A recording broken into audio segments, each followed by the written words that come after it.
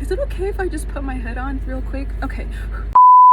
Hello everyone, so I'm definitely gonna keep my hood on for today's episode of Monday Muse because it is cold out here. It is cold. So I'm going to keep this probably relatively short because it's so cold. So I hope you've been enjoying the previous short messages, Monday Muse messages here on IGTV, and they are also being shared on YouTube. But I really want to share these thoughts with you on the idea of embracing mystery. I am somebody who has really struggled with accepting the fact that there are things that are out of my control, and even in my personal relationship with God and learning how to trust Him. Like, I'm trusting in a God that I have not physically seen, and I need to trust Him that He is a man of His word, man capital M. He does not fail, He is faithful, and He has proven Himself to me. And with that, I think that there are so many other things for us to learn in terms of our relationship with people. And when we learn to admit, the moment that we actually just admit that we don't know everything, that we don't understand everything, that there are mysteries in this world, no matter how much you gain knowledge on different topics, no matter how much experience you have, no matter how old you are, there are things that are just out of our control and that we just don't know. So I've learned to just embrace mystery. I've learned to embrace this reality, and I want to share with you a few nuggets of wisdom and some practical things that you can hold on to and really remember when you face different scenarios of life with different relationships in your life or anything like that. So let's get into it. Okay. Now, these are not being shared in any particular order, but they're all, I would say, equally as important. The number one thing is, in admitting that you don't know, is to ask for help. I don't know what it is about me, but I'm such a resourceful person and I love to figure things out on my own. Not to say that I hate collaboration, like I absolutely love collaboration, and I love the fact that I'm surrounded with like the most incredibly talented people and with people who can help me. But that's the thing, I think I often forget that I can be resourceful in that way as well. I don't have to figure everything out on my own. I can admit that I don't know everything, and that although I can figure things out on my own, why not ask for help? So if you can think for a moment, if you are facing a situation where you feel discouraged in, frustrated with, whether it's a project that you're working on or anything really, just think for a moment, pause, put the pen down, figuratively speaking, and just think for a moment, is there anybody in my life right now who can do this better than I can, who has the knowledge and experience in this? And reach out to them, ask for help, reach out to a person who can help you with it. It's something that we know, but in practice, we're not always the best at doing. So I don't know if this is something that you struggle with, but this is my reminder to you. You don't know everything, and there's a lot of things that you are not capable of doing as well as, you know, your peer or anybody around you can do. So I encourage you to ask for help, whatever that looks like in your life right now. Number two, so this comes down to assumptions.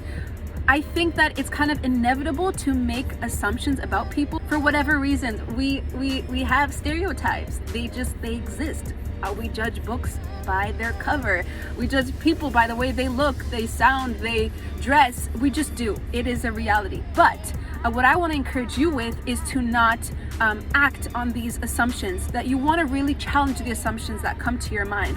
I think that that's something that we fail to do, whether it's a new work environment and you just assume that, oh, I know exactly what that kind of person is because they look like this, and from my experience, my background, my just what I know that that's the kind of person that so-and-so is.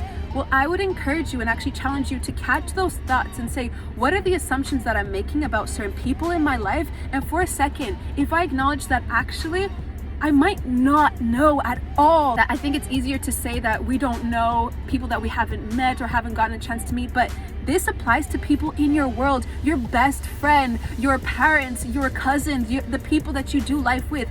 For a moment, if you acknowledge that you may not fully know them, the moment that you admit that there's a lot that you don't know, although you may think you do because you guys were raised in the same kind of cultural upbringing, just admit for a moment, you know, okay, I have these assumptions about so-and-so, I may be right, but the goal here isn't for me to be right, I want to ask to understand. So the practical thing that I'm leaving you with in this case is ask questions for the sake of understanding. This is something that I really believe will bless you and really like revolutionize the way that you do things, the way that you read the Bible, when you're meeting new people, whatever the case is. When you admit that you have assumptions already made about whatever the case is, but you come with an open heart, an open spirit saying, I want to learn, have a teachable spirit, a heart and mind that is totally open to say, you know what? This could mean something totally different than what I am assuming, and I'm open to learning to understand. So ask questions to understand. And what that looks like is listening, actively listening. Listen more than you talk. Number 3, this one's going to be pretty short, and this is actually, I think, my favorite one. I'm going to share a quote with you, and this was said by Bill Johnson, the head pastor of Bethel Church in Redding, California.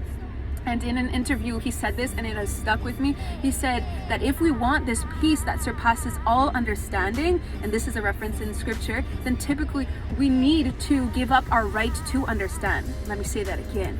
If you want a peace that surpasses all understanding, you must give up your right to understand. So the moment that we give up our right to understand, this idea of having the peace of God that surpasses all understanding typically just comes to make sense.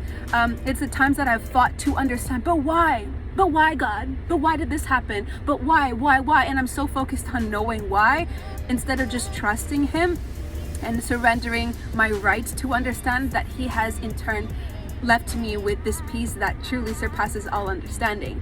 So I think it's totally normal to ask questions of why, but we must admit that there are things that are really out of our control that we do not understand. I must trust in my gracious God that everything that I need to know, He will reveal to me in due time, and He has already revealed to me the things that I need to know, and everything else, I'm trusting Him. And I just want to continue to just live this life and not stress out about the rest. So that really is just my word today. I really think that this will encourage you. If it has, please share, spread the word, share with a friend. Really, we're working here with word of mouth, so I encourage you to share this with a friend, family member, and like this video, comment, share your thoughts. I really appreciate to hear like the encouragement, the feedback, how you're receiving this message today and how it will impact your life. So God bless you. Love you. Bye.